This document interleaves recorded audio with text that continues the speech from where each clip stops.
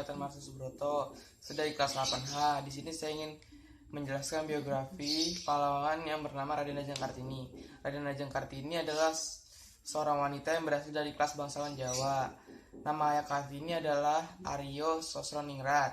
Saat itu Aryo Sosroningrat adalah seorang pati yang diangkat menjadi Bupati Jepara segera ketika Kartini lahir. Ibunda dari Kartini adalah putri dari istri pertama sang bangsawan, tetapi bukan istri utama. Ibunya bernama M. Angasirah, anak dari Kiai Haji Madiroro dan Nyai Haji Siti Aminah. Keduanya adalah tokoh agama di Teluk Kawur, Jepara. Silsilah Kartini bisa ditelusuri hingga Hamengkubuwono VI. Lebih dari itu, garis kebangsaan Bupati Sosroningrat dapat dilacak kembali ke para bangsawan dari istana kerajaan Majapahit sejak Pangeran Danggirnya menjadi sebagai bupati di Surabaya pada abad ke-18. Leluhur Sosroningrat menjabat banyak posisi berpengaruh di Pangreh Praja. Ayah Kartini dulunya adalah seorang wedana di Mayong.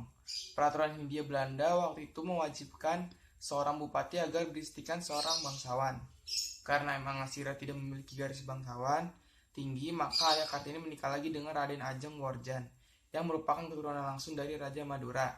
Setelah pernikahan itu, maka ayah Kartini berhasil menjadi bupati di Jepara, menggantikan kedudukan ayah kandung R.A. Worjan yang bernama R.A.A. Tritrowikromo. Kartini adalah anak kelima dari 11 bersaudara, kandung dan tiri. Kartini merupakan kakak perempuan tertua. Kakek dari Kartini yang bernama Pangeran Aryo Jodronegoro IV diangkat menjadi bupati ketika usia 25 tahun dan terkenal pada pertengahan abad ke-19 sebagai salah satu bupati yang memberi pendidikan khas barat kepada anak-anaknya. Kartini yang bernama Sosro Kartono adalah seorang yang pandai dalam berbahasa. Sampai usia 12 tahun, Kartini mengenyam pendidikan di ELS atau Europe Leisure School. Salah satu pelajaran yang dipelajari oleh Kartini adalah bahasa Belanda. Tetapi setelah usia 12 tahun, Kartini dilarang meninggalkan rumah karena sudah bisa dipingit. Kartini fasih dalam bahasa Belanda, maka dari paginya, pingitnya, ia mulai belajar sendiri dan mengirim surat kepada teman-teman korespondensasinya yang berasal dari Belanda. Salah satu sahabatnya adalah Rosa Abendanon, yang banyak mendukungnya dari koran, buku-buku, dan majalah Eropa. Kartini mulai tertarik pada kemajuan berpikir perempuan Eropa atau feminisme modern. Timbulnya cita-cita untuk memajukan pemikiran perempuan pribumi, karena menurutnya perempuan pribumi di era Hindia Belanda berada pada status sosial yang cukup rendah. Selain menulis, Kartini banyak membaca surat kabar terbitan Semarang yang bernama The Locomotive dan diasuh oleh Peter Brossoff. Dia juga menerima Lestrommel atau kumpulan majalah yang diedarkan toko buku kepada pelanggan langsung. Selain itu, juga ada majalah kebudayaan, ilmu pengetahuan yang tergolong cukup berat, dan juga ada majalah wanita Belanda yang bernama The Hollands Lely. Kartini pun sangat sering mengirim tulisannya dan sering dimuat di The Hollands Lely. Dari surat-suratnya tampak Kartini membaca apapun dengan penuh perhatian dan fokus, sambil merangkum apa yang dibacanya, kalimat dan dari bacanya. Kepedulian tidak hanya terhadap masalah emansipasi perempuan, tapi juga masalah umum dan sosial.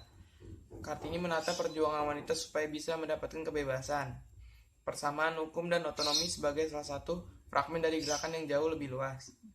Dua contoh dari banyak buku yang dibaca Kartini sebelum mencapai umur 20 tahun, yaitu Surat-Surat Cinta dan Max Havelaar, yang keduanya adalah karya Multatuli. Kartini sudah membacanya 2 kali pada bulan November tahun 1901. Ada pula buku yang berjudul The Steel Crack, yang dalam bahasa Indonesia berarti kekuatan gaib, yang ditulis oleh Louis Couperus. Beberapa buku bermutu tinggi karya penulis Belanda yang bernama Van Eden. Ada juga karya Augusta de Wit yang kualitasnya biasa saja, kisah roman feminis yang ditulis oleh Nyonya Gokup de Jong van Beek dari Belanda. Tidak hanya Belanda, Kartini juga melahap sebuah buku karya orang Jerman, bergenre roman anti perang, karangan Bertha von Suttner. Judulnya dalam bahasa Jerman adalah Die Waffen nieder et letakkan saja senjata. Memang hampir semuanya berbahasa Belanda. Kartini dijodohkan dengan Bupati Rembang oleh orang tuanya dengan seorang ningrat bernama KRM Adipati Aryo Singgi Jojo Adiningrat. Adipati Aryo sendiri sudah pernah memiliki 3 orang istri. Pernikahan Kartini dan Aryo dilangsungkan pada tanggal 12 November 1903.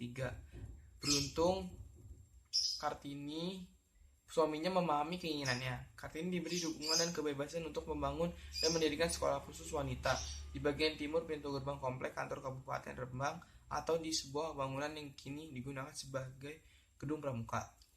Kartini melahirkan anak pertama dan terakhirnya pada tanggal 13 September 1904 yang bernama Sosalit Jojo Diningrat. 4 hari kemudian, atau lebih tepatnya pada tanggal 17 September 1904, Kartini mengembuskan napas terakhir pada usia 25 tahun. Jenazah sang pelopor emansipasi wanita itu dimakamkan di Desa Bulu di Kota Rembang.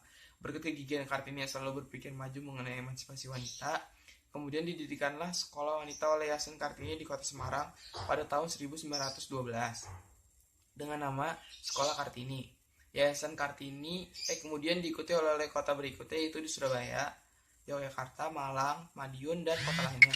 Yayasan Kartini sendiri dibentuk oleh seorang Belanda bernama Van de Venter yang merupakan tokoh politik etis.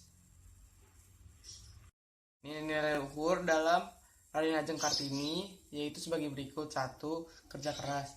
Zaman dulu para pejuang rela meskipun harus lelah luar biasa untuk mengejar musuh di tengah perang. Kerja keras ini sangat patuh untuk diteladani. Perilaku kerja keras ini juga bisa kamu wujudkan dalam semangat yang menunjukkan upaya sungguh-sungguh dalam mengatasi berbagai hambatan, belajar dan tugas, serta menyelesaikan tugas dengan sebaik-baiknya. Yang kedua yaitu kreatif. Kreatif adalah berpikir dan melakukan sesuatu untuk menghasilkan cara atau hasil baru dari sesuatu yang telah dimiliki. Bayangin aja kalau semua pemuda di negeri ini kreatif, beberapa banyak penemuan yang akan ada di Indonesia. 3. Yaitu mandiri. Dulu pahlawan kita nggak menyusahkan siapapun saat berjuang. Sikap dan perilaku mandiri ini bisa kita ikuti dengan nggak mudah tergantung pada orang lain dalam menyelesaikan tugas-tugasnya. Yang keempat yaitu demokratis, cara berpikir, bersikap dan bertindak yang menilai sama hak dan kewajiban dirinya dan orang lain. Dengan sikap demokratis, kamu akan dengan mudah menjauhi keinginan untuk menang sendiri dan nggak peduli pada keinginan orang lain. Sekian dari presentasi biografi pahlawan era Kartini. Wassalamualaikum warahmatullahi wabarakatuh.